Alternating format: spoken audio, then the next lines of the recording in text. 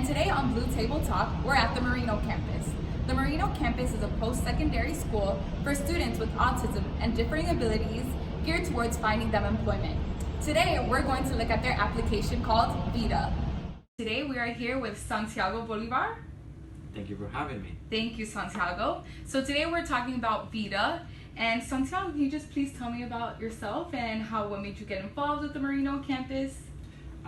Well, first of all, thank you for having me again. My name is Santiago Bolivar. I'm the Director of Creative Technologies for the Dan Marino Foundation. Basically, as I was finishing my degree in computer science, I heard about a place that you can actually teach people how to learn new computer skills. So when I approached the place, it happened to be the Dan Marino Foundation, and ever since I got very involved with their what they do, their mission, and overall the value added to the people that they serve. And how many years have you been working here? Well, it feels like an eternity now, because when you do something that you like, you don't count time. But I'm approaching to my third year, and I've been a teacher. When I finished my degree, I was able to do computer programming, and now in the director role, where I actually oversee development of the technology that we have in the foundation. As Director of Creative Technology, can you tell us more about Vita? Well, Vita, it's a program that branched from the DARPA. They basically had a system for PTSD treatments for veterans, and basically we approached that same idea, but we brought it to our population. We saw that a lot of the social interactions that might start happening at PTSD level, it's some of the social interactions that our community faces. So now we start looking at a system that actually helps them bridge that gap.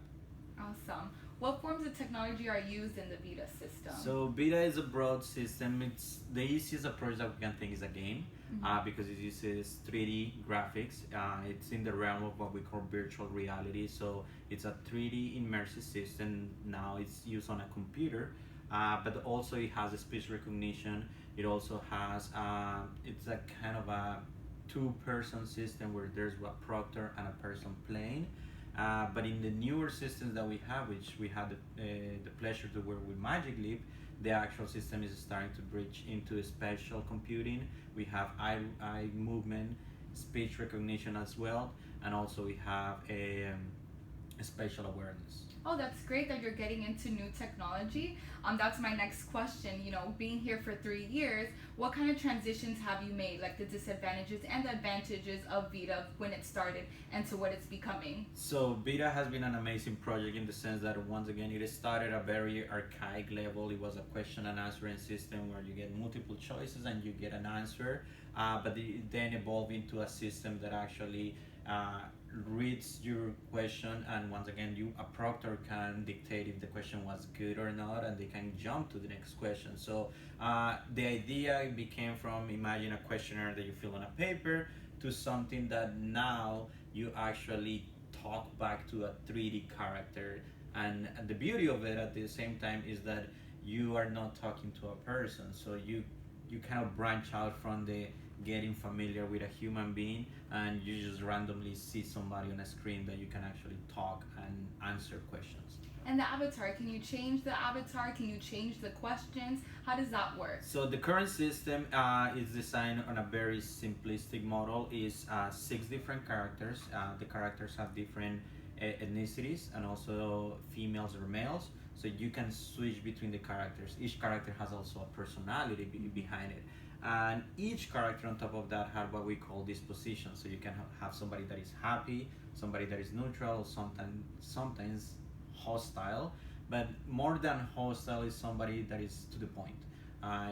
Just how you do conversation on a single basis, not every person is in the same mood every time. So we try to mimic. And the last step doesn't affect the experience, but it does affect the experience as a whole, is the background. You can change 7 different backgrounds. Yeah, just like a regular interview when you're going on, you might get a really nice interviewer or a really mean person as well. So what are the advantages of using Vita compared to any other system that's out there? So the way that we approach Vita is, and we say it, Vita is a tool. We're not here in a race to see who has the better, but we have seen that one of the first advantages is practice. Where students might lack the practice, and just having that edge of let me simulate a system that I might encounter in the future. Somebody might ask me this question: what if they answer me a question that I might not have an answer? How can I deal with that situation? That's where we bring the most advantage. Trying to simulate those scenarios that might be tricky for them, and just preparing as much as we can for the job. Yes. And with our students, have you seen a success story or have employment rates gone up at the Merino campus because of Vita? So that's a very good question. It's always hard to say these jumps from zero to hero, but in reality, we have seen this. We can easily see that by the second, third interview, the student can advocate for themselves. Those questions that they might have hesitated at the beginning, they are starting to answer more naturally. At first, you see them sitting in front of the character, looking at the character, or sometimes don't even look at the character. They're stuck. They don't know what to do. And the second time, the third time, now they're starting to answer those questions. So, sure, there's a lot of help from the teachers, but we know that by sitting there, hearing that question, the second time will be easier to answer. And we say it for our students, but the reality is most people are not prepared for an interview. I would like to say anyone goes to an interview with the same nervousness that our students have. Sure, our students have double maybe because of their anxieties, but it's still there. So this is a program that not only benefit our students, but it will benefit anybody. Can you get this program anywhere, or it's just for the Merino campus? So another beautiful question. Even though we're a foundation, we don't make profit for this. In reality, this system is out there for grabs. The system can be accessed. We're actually opening partnerships with Miami-Dade schools, Broward schools. There's universities across United States, and also we open this for the Department of Juvenile Justice. This is a system that is being used to help people not go back to do crime. So it's students, pardon, I'm sorry, kids that are in the system that might start from 12, 13 years old. Ideally, we want them to stop committing crime when they're 18. And this is a system we have done it for a year, and we have seen that already. Out of 200 students that undergo this program, 60 already are employed. So sure, I keep on saying it's a tool, but it's a tool that does bring added value to their lives. It'll benefit a lot of other people. Also, how much is the Vita cost? Was there initial setup cost, things like that when it first? We don't charge for the system because this system was granted through Google and and ICT, Institute of Creative Technology in California. In reality, we only charge for setting up the system and any IT services. So the system is up there for grabs, and we only make sure that your system is completely set up and that you can use it in your institution or organization. So closely with Vita, what are some challenges that you face working with the system? So I would like to say there's several challenges. The first one, it's as funny as it sounds, is technology itself.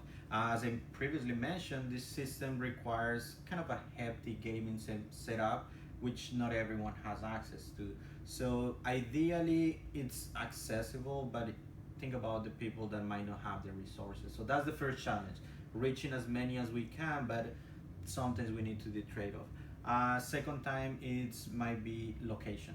Location, once again, we have systems in our premises, but maybe people might not come here because of transportation, or maybe sometimes they're undergoing a medical treatment and they cannot use the system. So that's why I say technology, even though it's an advantage and we're doing as a game changer, at this time it does bring also a challenge for the system itself. Overall, how has Vita improved the productivity of the students? So currently we're running a couple of studies with universities to validate 100% of this point, but you can see from their first interview to their second interview that the students are advocating for themselves. Remember that our population, the first and the more visible problem that they have is communication and social interaction. So just by having this system, we can see that they're already being able to advocate for themselves. They can answer those questions about themselves that maybe in the past they even didn't think about. And at the same time, all those things that they used to say that might not have been appropriate, we can, from the system, get those answers, say, look, maybe we change this to this, and they can have a better idea what to answer if the questions like this come in the interview.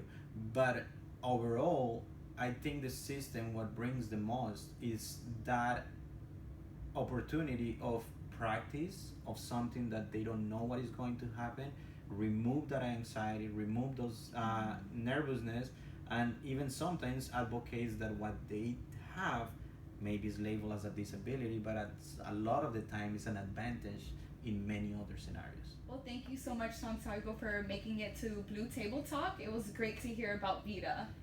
If you would like to learn more about Vita, you can visit our website at www.marinocampus.org.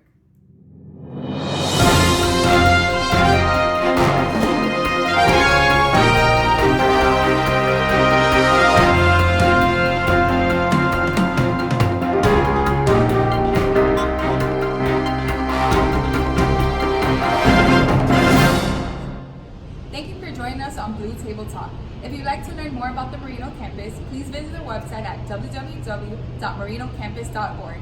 See you next week.